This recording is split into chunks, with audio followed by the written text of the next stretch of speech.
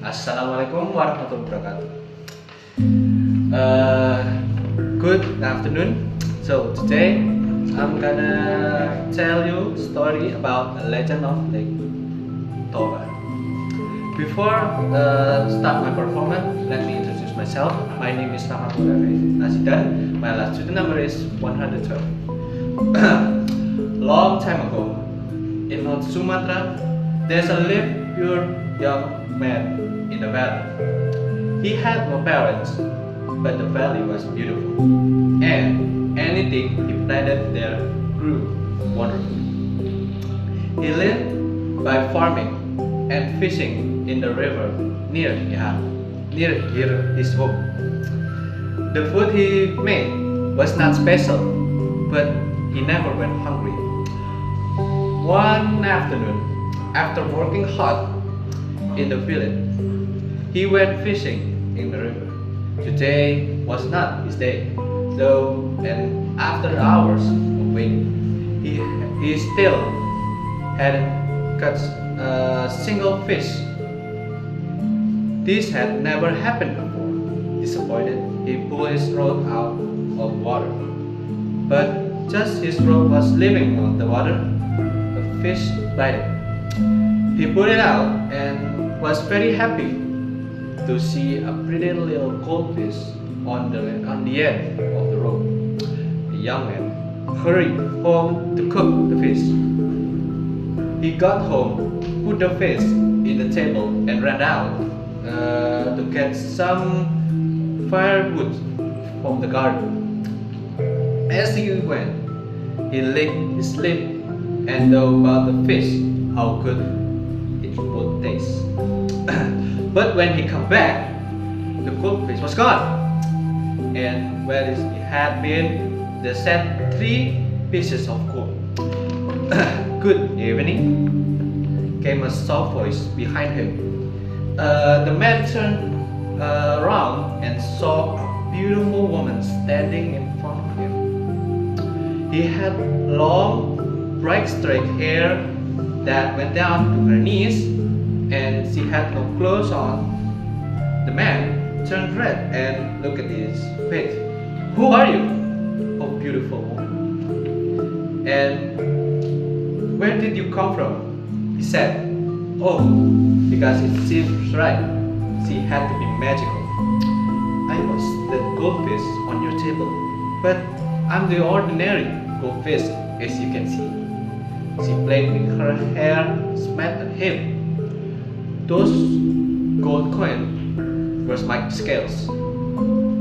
The man looked at her and then went right again and looked away. He had never seen such a beautiful woman before, and he was so lonely. Will you marry me, oh beautiful lady?" He held his breath and he waited for her answer.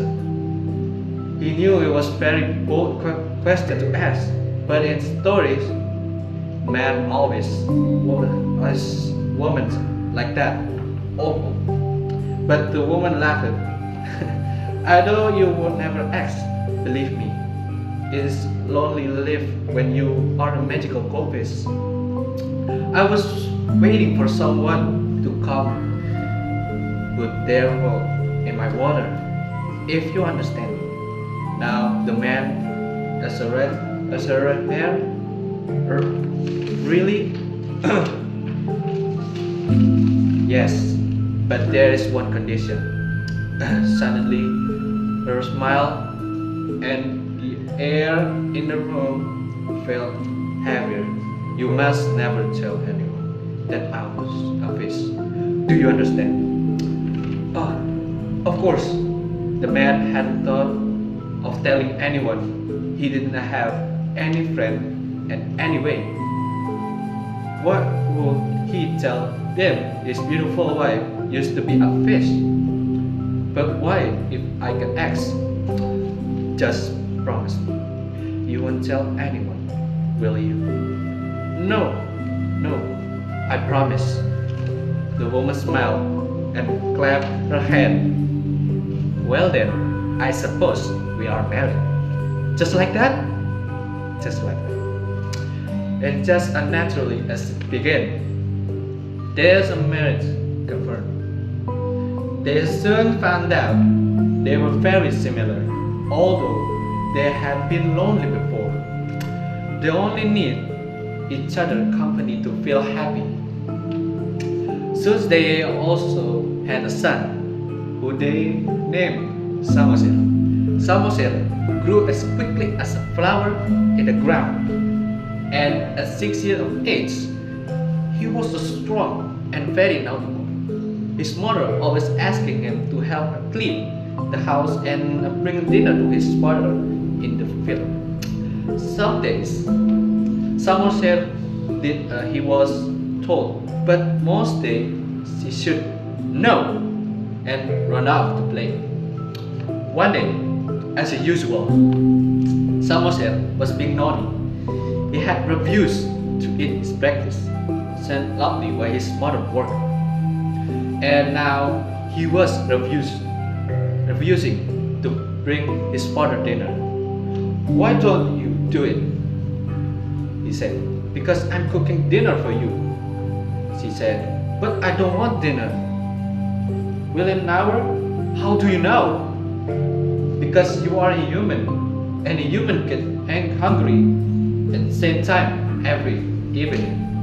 "I won't get hungry." "You didn't eat your breakfast today." "Of course you will." "See, I wasn't hungry this morning, so I will be hungry later." Eventually, Samoser's mother convinced him to take a box of rice and fish to his father. It was a long walk through the field. As he went, Samoser started to feel hungry. "I guess Mom was right," he said. "Well, I'm sure that won't mind is if I just eat a good went of rice." So he opened the box and rice looked fresh and delicious, and the fish so hot and juicy. He ate just a little bit, but it only made him feel more hungry. So then he ate a bit more, and oh no, I ate all that dinner. All that was left were the bone and the fish bone.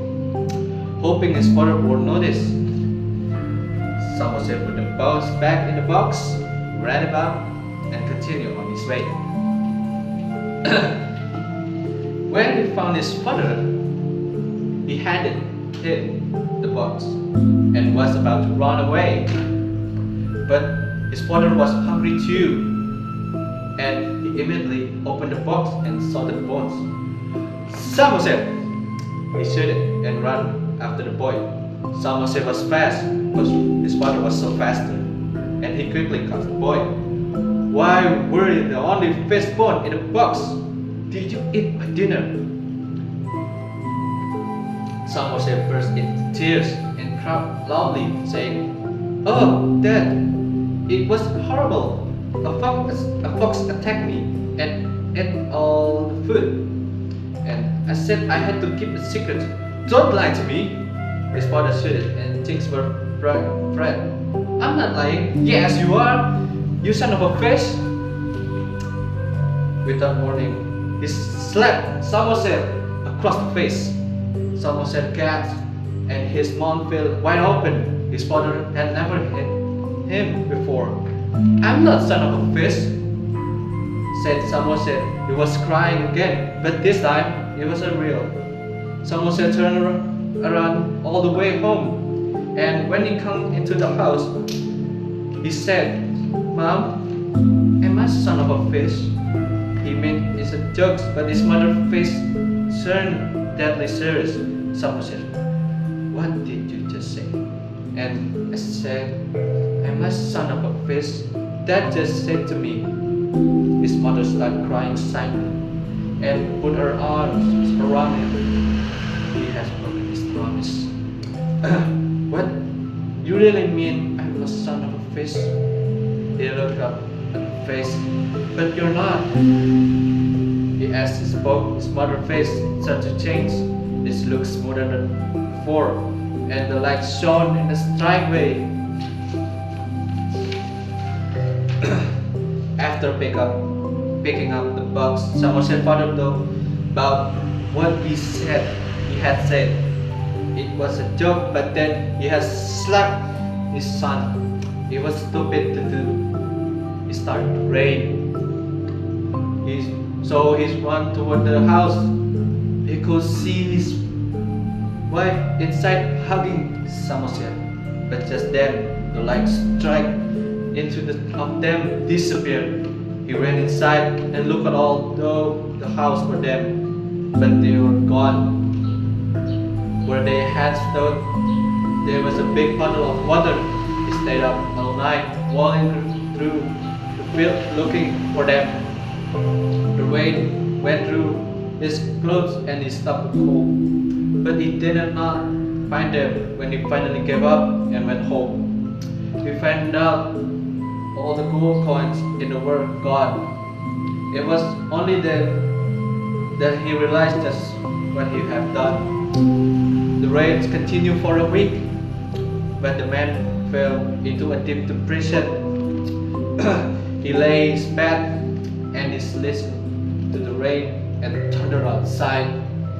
He did not work in the field or catch fish. And soon a small amount of rice he had was gone. Not that mattered, because the rain was so heavy that he could light fire, and the valley started to flood.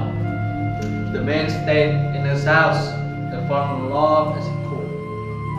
Suddenly, the rain eventually stopped, but they didn't. And finally, he had to swim for his life, fighting the dancing water and heavy rain. He didn't last long, though, because his will to live had disappeared with his wife and his son. The man was put down under the water and never come back. Still, rain went on and until the beautiful valley eventually turned into a lake. The rain stopped. People come to see the lake that had former. Although the man had no friend, some people knew about him and his straight but beautiful wife. They knew he had died alone and miserable. Although they did not understand where his wife and son has gone. Because of his sad story, they called the place Lake Tuba. Tuba means ungrateful, and over time of name changed to Lake Tuba. In the center of the lake was a small island, and this was called the island of Samoset. Over time, the people forgot about man, and he became just a story. But the lake stayed forever. The end. So this is what I can say. Assalamualaikum warahmatullahi wabarakatuh.